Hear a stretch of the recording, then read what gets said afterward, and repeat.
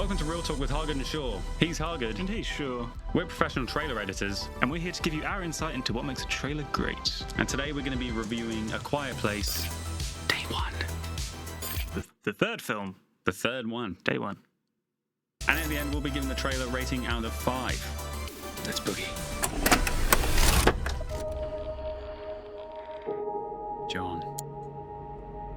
That's cool. Nice subtle little... a little clock tick on the number change. It's cool. And John's back. John? I don't know how much of a part I don't think he's in this, which is interesting because they started with a shot with him. Everyone loves John, and if they see him in this trailer, they'll be like, oh, he's in it, I want to see it. But in actual fact, he's not even in this film, I don't think, really. We don't know. Well, we've not seen it. Maybe he is. I reckon he'll appear through various flashbacks. Or maybe this is just like footage from the other films. Who knows? It could be. Yeah, this is... okay. It's going through the old films. Yeah, here's the second one.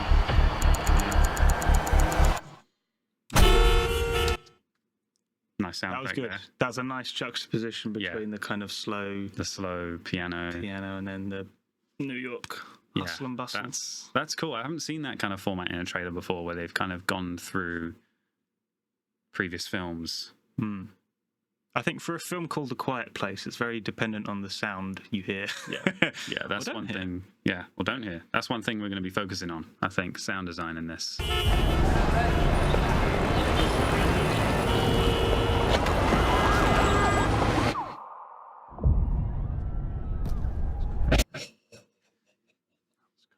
Was really nice sound design.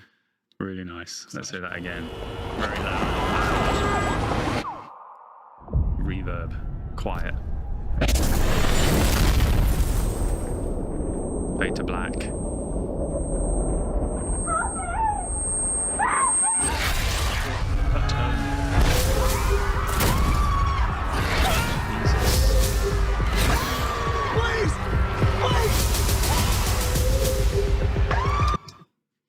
Jesus Christ. The contrast, they've nailed the contrast in this. That's one thing you want to do in trailers to like capture the audience attention, is like create that contrast you mentioned earlier, where super quiet, suddenly it's changed. Day 1, we're in New York, everything's going crazy, the sound's loud, and it's only giving you a glimpse in the first 30 seconds of the trailer what's to come.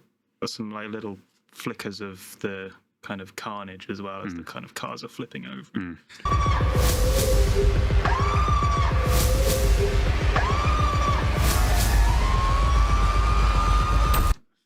That screaming's a bit weird. What the? Yeah, the way it's kind of timed with Joseph Quinn. Well, it's like the siren at the beginning, right? The kind of when the siren went all reverby at the beginning. They're echoing that throughout the trailer as a device, and it kind of builds up the tension, kind of like a riser. Builds it up straight. It's like slowly across time until it builds. Yeah, it's definitely jarring. It's kind of getting in my ears. It's kind of intentionally uncomfortable. Yeah. But I found it a little bit funny. It looks like he's going.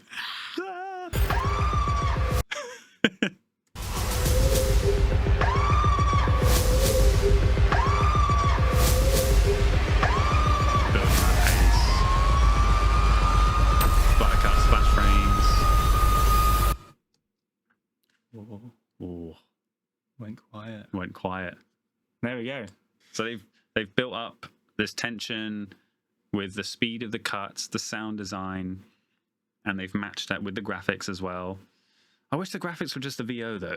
I disagree. I think it kind of detracts from it. You kind of want to... In this kind of film, yeah. Yeah, you don't want someone to actually just tell you, discover when the world went quiet. Why the world went quiet. Yeah. Especially for a trailer that relies on the sound design, works better by not having that at all. Actually, yeah, I agree. I just love VO. movie voice, man.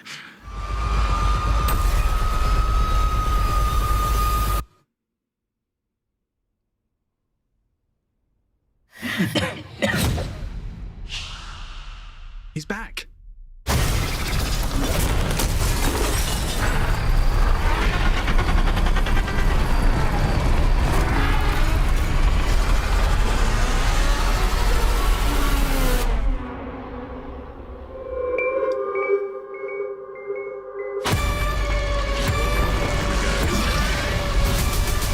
There we go. Post-graphic scene. Again, the juxtaposition between New York carnage and then the fear in their eyes, and they hold on this shot for quite a long time so you can see their emotion. You've got like a nice close-up shot at the beginning as well. So we kind of start here very close. I think that's an anamorphic lens with the kind of very shallow depth of field. She's very kind of claustrophobic in the frame, and then you kind of go around. She's being physically... Again, it's still very close, cramped. And then you kind of look all around them. You can see where they are. And you can see they are surrounded, they are stuck. Enclosed. And it does feel very claustrophobic. Yeah, it's a very effective little scene.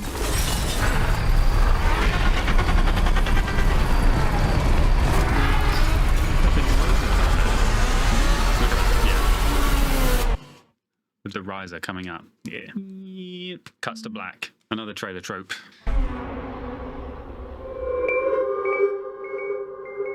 You can kind of get that weird kind of panoramic feeling where it sounds like the sound's going all over your head. So they're just kind of panning it. Yeah, it's called binaural audio in headphones. Correct. It's basically, if you watch this in a cinema, you'll get the whole surround sound, but if you're watching it on the computer, you'll just get your stereo left and right. But they've managed to, they've panned the sound from left to right to kind of give it this uneasy feeling about it. Yeah, that was really good, actually. Really good use of audio. The ups and downs, the contrast between loud and quiet. Yeah, there's a good sense of kind of oncoming terror and chaos and claustrophobia as well. Which is interesting because... in the first film, we didn't know what these aliens were, right? The whole premise was, you better be quiet because if you make a sound, you're dead. But you never knew really what it was. The first kill, I think it was his son. He makes a sound, the rocket toy makes a noise. That's where a lot of the horror comes from in this genre, from your mind kind of making up what the monster is, the build-up, the tension. Once you see the monster, it's like, the payoff's kind of gone. It's all in the build. Even knowing what the monsters are, I think they've done a great job, and I'm still really scared. I think it's a lot more effective, but now we've had 2 films where we have seen these creatures. It's tricky. I think seeing lots of them crawling down that building is a bit more spooky than 1 or 2. Do we just keep getting more and more, and then is it even spooky anymore? Yeah, exactly. After the first one did so well, they're obviously going to make another one. Apparently, John Krasinski wanted the first one to be a standalone film, but obviously it was a smash hit at the box office. So now there's 2 more. So what did you like about that, Al? I think the sound is the highlight for me, ironically. That constant kind of scream sound effect they had. The siren kind of motif. Yeah, it kind of keeps hitting in, and then you kind of have that quiet when the world went quiet. It just works quite well dramatically. I think what I liked, again, is the contrast. They've done it very well. It's not just like action shots, big scale and all this stuff. They've actually kind of woven a story through no dialogue without spoiling it. And they've got the mood and the tone of the trailer very, very well. Yeah, now that we've seen the trailer, they showed John first to kind of grab the audience's attention and go, oh, we love John Krasinski. He's great. I'm going to watch this. A Krasinski bumper. A Krasinski bumper. Yeah. Show us your Krasinski and we'll watch the film. So how would you rate this, Mr. Shaw? Well, the trailer was solid. All round solid, narrative. The editing was great. Sound design was great. The casting's great. I mean, that shouldn't come into the scoring. But I think I'm going to give it a 4 stars. Oh my god, me too. You too? Yeah. Wow. We've agreed on every single one. Oh. Great minds minds think alike, eh? No minds. So why 4? Really tight edit. There's a good flow to it. The pace is really good. Tension as well. Even though we kind of have seen the monsters before, it's still an effectively conveyed mood. Yeah, they got the mood down. Yeah. 4 stars. Smash that like button. Hit that subscribe button. Kill the bell. Whatever you guys do up there. So that was A Quiet Place Day 1. Day 1. Please leave us a comment on what trailer you'd like us to react to next. He's been Hargood. And he's been Shaw. We'll see you next time.